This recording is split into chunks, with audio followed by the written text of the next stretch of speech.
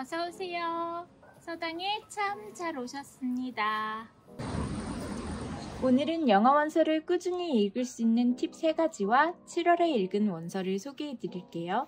저는 보통 1년에 10권 정도의 원서를 읽습니다.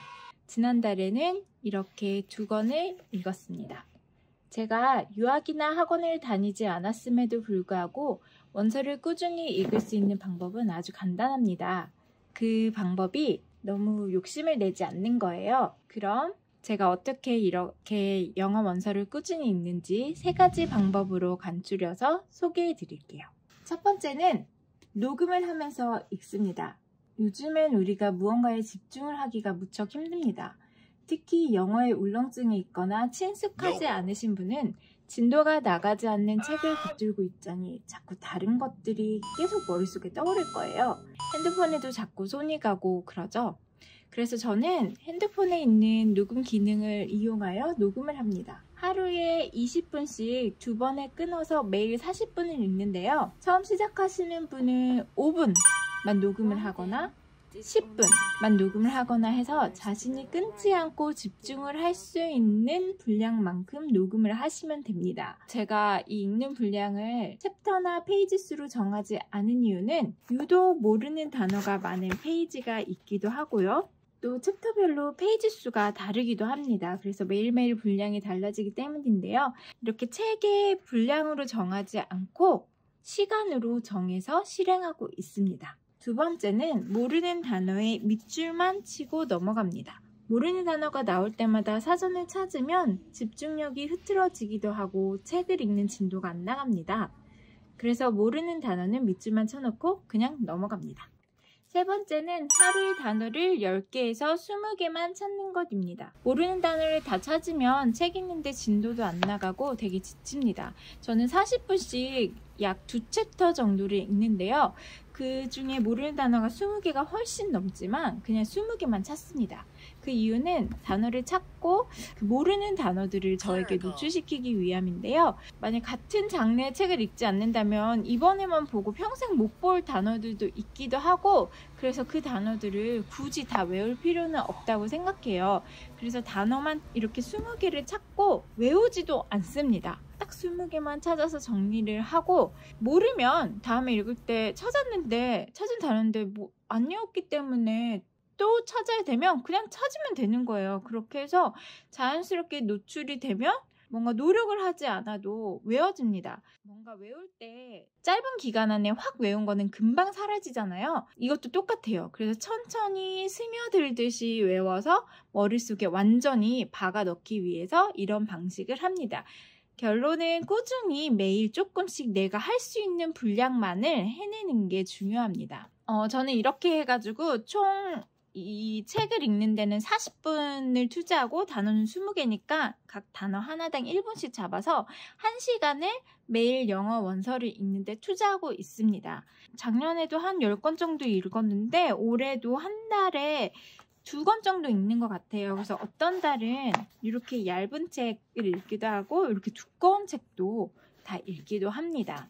그렇게 해서 매일매일 저는 1시간을 투자하는데 30분을 투자하고 싶으신 분들은 이제 책을 20분만 읽으시고 단어를 10개만 찾던가 또는 30분도 너무 길다 15분만 하고 싶으신 분들은 책을 10분만 읽으시고 단어를 5개를 찾거나 이런 식으로 하시면 됩니다. 자, 이제 7월에 읽은 책들을 소개해 드릴게요. 첫 번째는 수잔 손택의 타인의 고통이라는 책입니다. 이 책은 저는 개인적으로 좀 어렵다고 느꼈어요.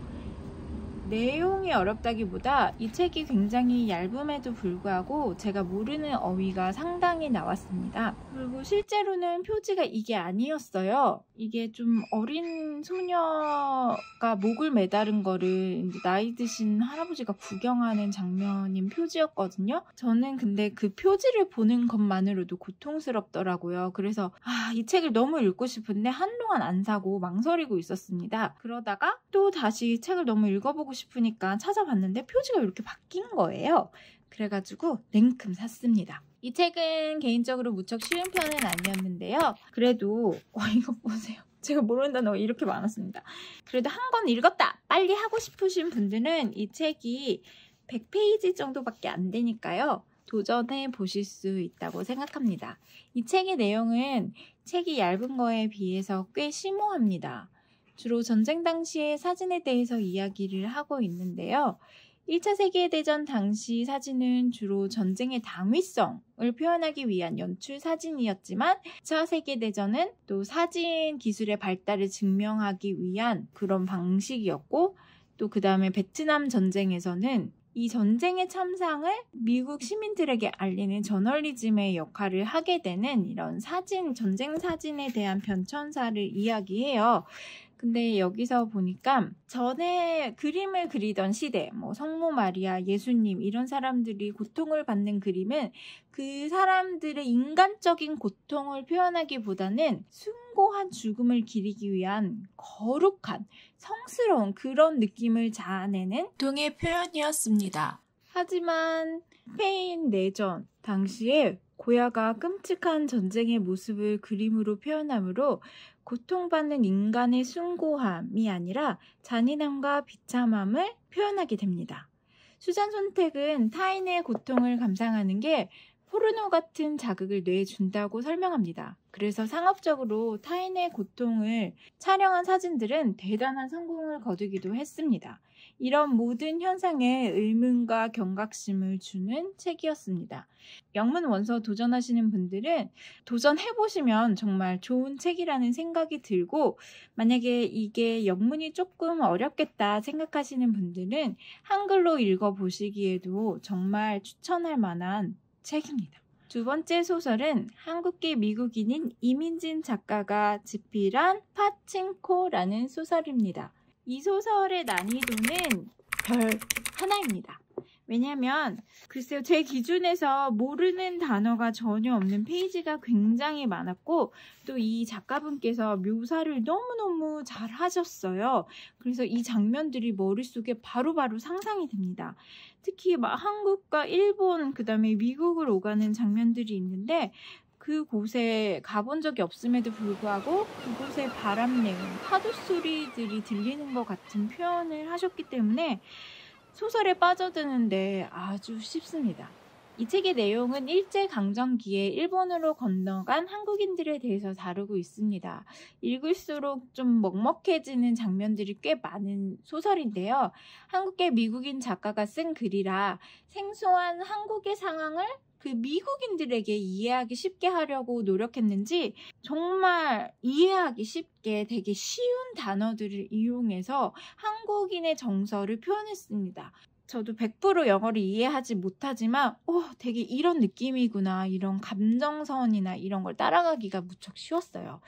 그리고 특히 한국인으로서 공감되는 장면들이 너무 많아가지고 제가 지금까지 여러 원서들을 도전해봤지만 일주일 만에 읽었다고 해야 될까요? 오히려 이 책은 이렇게 얇음에도 읽는데 꽤 걸렸어요. 모르는 단어도 굉장히 많고 생각할 거리가 많은 책이었기 때문에 되게 느리게 진행이 됐는데 이 5배나 되는 분량의 이 책은 거의 일주일 반 만에 완독을 한 것 같아요. 그래서 이 책이 4대를 다루고 있기 때문에 내용이 굉장히 많고 두껍지만 일제시대부터 태평양 전쟁을 지나서 2차 세계대전이 끝나는 그때까지 그리고 현대까지 어떻게 그냥 소시민인 한국인으로서 그 역사라는 소용돌이에 막 주체적으로 참여한 독립운동을 하고 막 그런 한국인이 아니라 그냥 매일매일 살아가기 위해 노력했던 진짜 살아남았던 한국인으로서의 그 시기를, 그 힘듦을 어떻게 겪어왔는지 이 소설에 나오기 때문에